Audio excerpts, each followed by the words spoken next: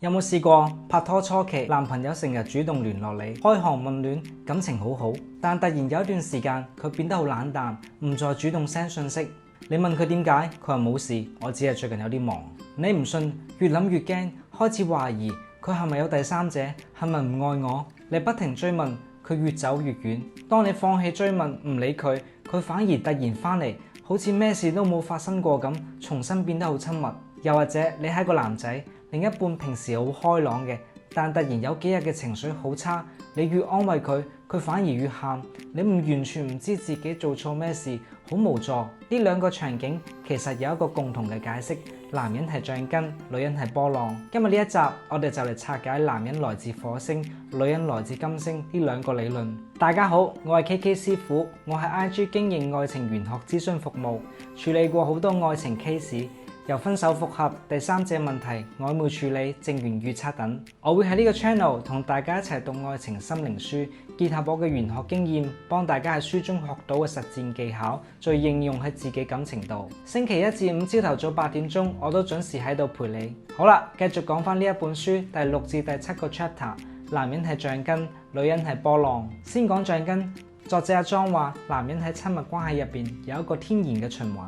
靠近、拉遠、彈回，就好似一條橡筋咁，你越扯佢就越痕，你放手佢就會彈翻轉頭。男人會主動靠近，感受親密，然後去到某一個點，佢會自然地想拉開距離，需要一啲個人空間，需要獨處。等佢享受完個人空間，佢就會自動彈翻嚟，而且通常比之前更加親密、更加主動。呢一個循環唔係因為佢唔愛你，亦都唔係你做錯，而係男人嘅本能。問題係女人完全唔明白呢一個模式。當男人拉遠，女人嘅第一個反應好恐慌，佢係咪唔愛我？我係咪做錯咗啲咩啊？於是開始追問，不停 send 信息，試圖將男人拉翻嚟。呢一個做法係最錯嘅。作者話，當你再追佢，就好似將條橡筋拉得越痕咁。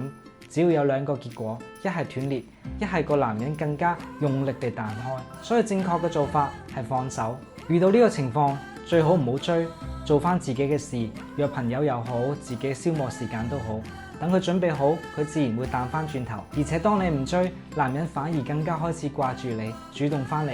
你越追佢就越遠。好，講完橡筋就講波浪。作者話，女人嘅情緒同自尊心就好似波浪咁，會有周期性嘅起伏。高峰時，女人充滿愛，充滿活力，感覺良好。當情緒低落，舊傷會浮現，覺得自己唔夠好，甚至乎攞翻以前已經解決嘅事攞出嚟講。呢一個波浪唔係因為你做錯咩，唔係因為感情有咩問題，而係女人嘅情緒周期。男人最常犯嘅錯誤係以為女人嘅情緒係由自己造成嘅。當女人開心，男人就會覺得自己做得 good 啦。當女人情緒低落，男人就覺得自己做錯嘢，然後就急於修補佢嘅情緒，想令佢快啲好翻。但呢一個修補係最大嘅錯誤。作者喺書入邊講咗阿 Bill 同阿 Mary 嘅故事。阿 Mary 有一日情緒好差，阿 Bill 好心安慰佢，就話：你唔好咁諗啦，你而家咪幾幸福咯，有我啊嘛，你唔好咁悲觀啦，你睇下你周圍有幾多嘢值得感恩。結果阿 Mary 越聽心情越差。阿 Bill 完全唔明白，我好心安慰你，你做咩仲要喊啊？原來阿 Bill 嘅安慰係話俾 Mary 知，你唔應該有呢一種感受。但女人喺情緒低谷嘅時候，最唔想聽到就係你唔應該有呢一種感受。佢需要嘅係有人承認佢嘅感受係真實嘅，係合理嘅。佢唔需要你幫佢解決問題，唔需要你令佢快啲好返，只係需要你喺度陪住佢，聆聽佢，令佢感受到被愛、被接納。作者仲提到，女人喺低谷嘅時候，好容易講翻以前嘅舊事，男人聽到會覺得好困惑。